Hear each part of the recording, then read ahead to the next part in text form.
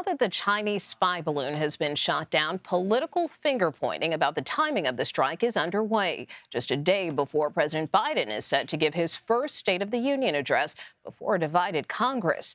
The U.S. took down the balloon off the Carolina coast over the weekend after it flew over sensitive military sites. Multiple Republican lawmakers say the president should have shot it down sooner than he did.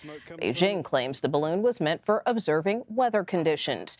President Biden said this incident with China would not change his speech to the nation tomorrow night. Yeah, I want to talk to the American people and let them know the state of affairs, what's going on, what I'm looking forward to working on from this point on, what we've done, and just have a conversation with the American people.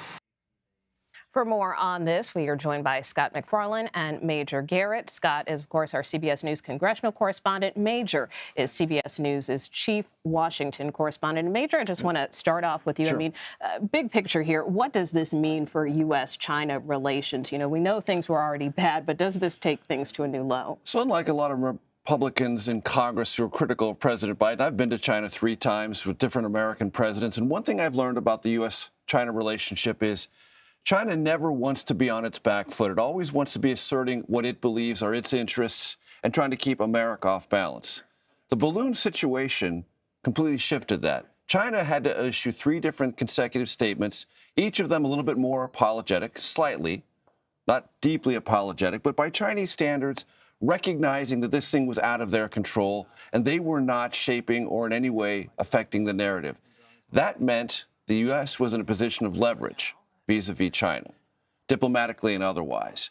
So this did not work out well for the Chinese at any level. And the United States has the balloon, and we'll find out exactly what its capabilities are and what they were trying to do with it. The United States government has asserted with complete confidence this was a surveillance balloon. We now will find the technology to prove that. And it's up to the Biden administration at this moment to be as transparent as possible to tell the American people everything it can learn about this, why it was so confident, why it waited until it was over South Carolina to shoot it down, and what's in it. And when that happens, it will have a story to tell. And if the Republicans who are criticizing the White House now can't counter that, then this will be a net plus for the United States and slightly improve U.S. relations with China in the sense that it's always about leverage. Who has it? Who's looking for it? This puts the United States in a slightly more leveraged position. And speaking of some of that Republican reaction, we know actually there was outrage on both sides of the aisle and concern about how exactly this happened. Scott, let's take a listen to what some lawmakers said over the weekend, and we'll talk to you on the other side. They should have been prepared. They seem not only to be unprepared, but to even be waiting. Where is the balloon going to go? What are they trying to do?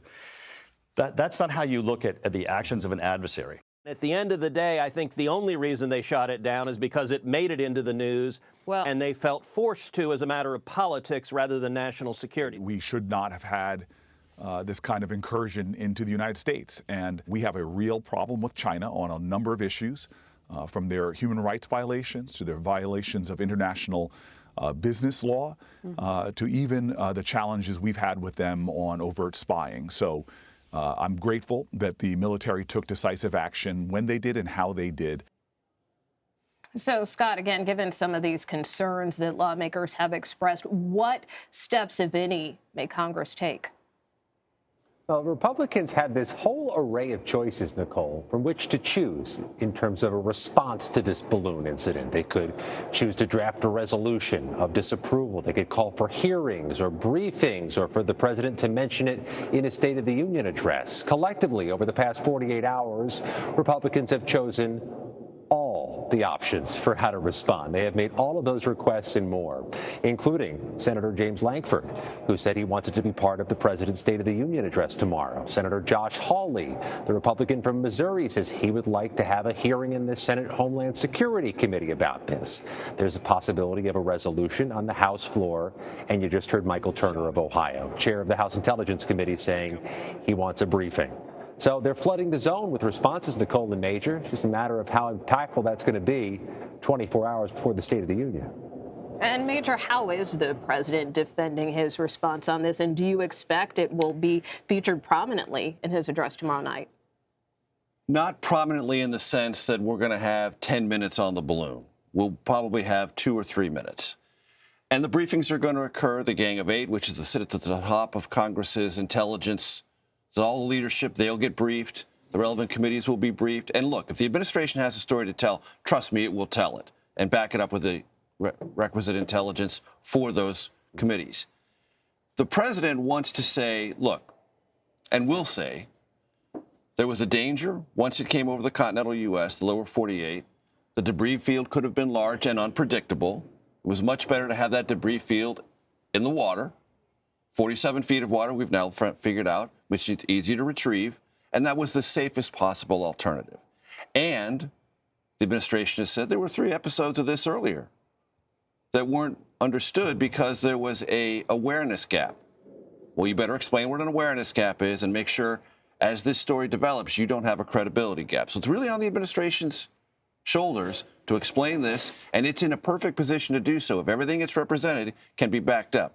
And if it can, it will have a story to tell. If it can't, the Republican critics over time will be proven more right than wrong. And what else might we hear from the president tomorrow night? We're going to hear about jobs. We're going to hear about the economic prosperity of the country. 517,000 new jobs in the most previous month. That's a huge number, much bigger than the consensus of the economic forecasters. That's very good news for the president. And he will also talk about things that he raised last year in the State of the Union. He wanted something on burn pits and veterans benefits. That was approved by Congress. He signed that into law. He wanted some components of what became the Inflation Reduction Act. Insulin, capped. Some prescription drug costs, capped. That's happened. Those things are specific things he can say, a year ago, I asked this Congress to do it, and I delivered.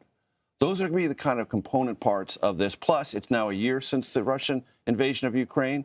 That was only less than a week old at his last State of the Union. He'll talk about what has happened in the intervening year. What is the state of the NATO alliance? What is the state of Europe? And how Russia miscalculated in Ukraine. I think that's going to be a big part of it as well. All right, Major Garrett, Scott MacFarlane, thanks so much.